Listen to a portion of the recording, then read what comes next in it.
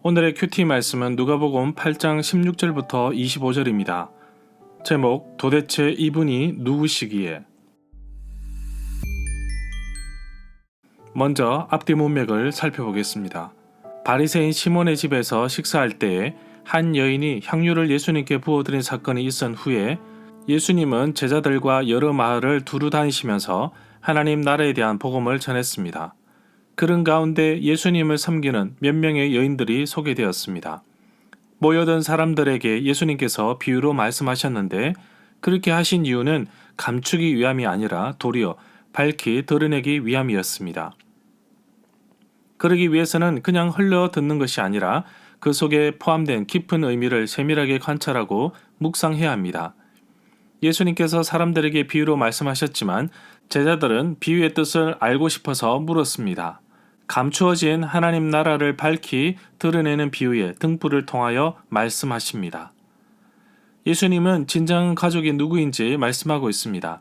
하나님의 말씀을 듣고 그대로 행하는 자라고 말씀하십니다.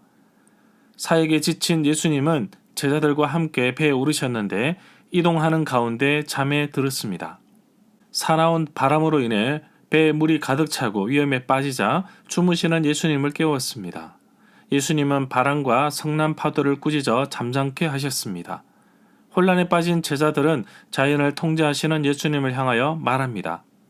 대체 이분이 누구시길래 바람과 물에게 호령하시고 바람과 물이 이분에게 순종하는가? 등불을 등경 위에 둔다는 말씀은 마가복음 4장 21절부터 25절에도 나오며 누가복음 8장 16절부터 18절에도 나옵니다. 문단을 나눠보겠습니다. 16절부터 18절은 등경은 등경 위에 두어야 한다. 19절부터 21절은 예수님의 진정한 가족. 22절부터 25절은 바람과 물결을 잔잔케 하시다. 16절에 보면 등잔과 등불에 대해서 알아보겠습니다. BC 300년 경까지 등잔은 흙사발로 만들어 그 가장자리에 하나 또는 여러 개의 튀어나오는 부분을 만들어 심지를 두게 하였습니다. 시간이 흐르는 동안 그 튀어나온 부분은 점점 더 주둥이 모양을 하게 되었습니다. 나중에는 등잔 가운데 기름을 채우는 구멍과 심지를 둘 작은 구멍을 빼고는 닫힌 꼴을 하게 되었습니다. 연료로는 감람기름이나 동물의 기름을 썼는데 한번 채워 넣으면 2시간에서 4시간 정도 쓸 수 있었습니다. 특별한 경우에는 흙 등잔 대신에 쇠붙이로 만든 등잔을 썼습니다. 회막에는 등잔을 두지 않고 특별히 정교한 모양으로 만든 금 등잔대를 두었습니다. 17절에 보면 빛이 비치며 모든 것이 드러납니다. 감추어진 것이 드러납니다.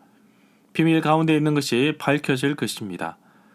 16절부터 18절 단락을 보면 4절과 9절부터 10절에도 불구하고 비밀 집단 안에서만 전수해야 하는 비밀스러운 가르침을 전하는 것은 예수님의 의도가 아닙니다. 오히려 그의 가르침은 철두철미 공공연하게 이루어지고 공개적으로 알려집니다. 그러므로 제자들에게 중요한 것은 잘 귀담아 듣는 것입니다. 그들이 듣고 이해하는 그 정도에 따라서 하나님은 그들의 들을 능력과 이해력을 성장시켜 주실 것입니다. 그렇지 않으면 하나님은 그들을 듣고 이해하는 바 그 얼마 안 되는 것조차도 그들에게서 빼앗을 것입니다. 18절에 보면 들을 말씀을 잘 듣는 자에게는 더 많이 받을 것이지만 말씀을 듣고 지키지 않고 순종하지 않는 자에게는 이와 정반대의 결실을 맺을 것입니다. 19절에 보면 예수님의 어머니와 그의 동생들이 예수님께 왔습니다. 19절부터 21절 단락에서 누가는 이 사건을 의식적으로 예수님의 선포, 즉 하나님의 말씀이 다루어지는 1절부터 18절 단락의 끝에 놓았습니다. 올바른 들음, 옳은 행위로 열매 맺음의 문제가 중심점에 놓여 있습니다. 21절은 중요한 개념들을 종합하고 제자 공동체, 즉 예수님의 참된 가족에 소속되는 것을 고려하여 결론을 이끌어내고 있습니다. 21절에 보면 예수님께서 진정한 가족이 무엇인지 말씀하고 있습니다. 내 어머니와 내 동생들은 바로 하나님의 말씀을 듣고 행하는 이 사람들, 듣는 무리들이라고 합니다. 밖에 찾아온 마리아와 동생들은 혈육적인 가족이 맞습니다. 그러나 예수님께 21절에서 말하는 가족의 범위는 혈육을 뛰어넘어서는 것을 의미하며 넓게 보면 하나님의 말씀을 받아들이는 이방인까지도 포함될 수 있다고 봅니다. 바로 영적인 관계를 의미하는 것입니다. 22절에 보면 어느 날 예수님께서 제자들과 함께 배에 오르셨습니다. 예수님의 제자들 가운데 어부가 있었기 때문에 배를 움직이는 것은 그다지 어렵지 않았을 것입니다. 호수 건너편으로 가자면서 배를 물에 띄웠습니다. 22절부터 25절 단락을 보면 8장의 두 번째 부분도 여전히 8장 1절의 표제하에 놓여 있습니다. 예수님의 말씀은 태동하는 하나님 나라에 관한 선포와 이에 상응하는 태도에 대한 요구로만 이루어진 것이 아닙니다. 그것은 멸망을 피하고 귀신들의 지배를 무너뜨리며 죽음을 극복하는 하나님의 능력의 말씀이기도 합니다.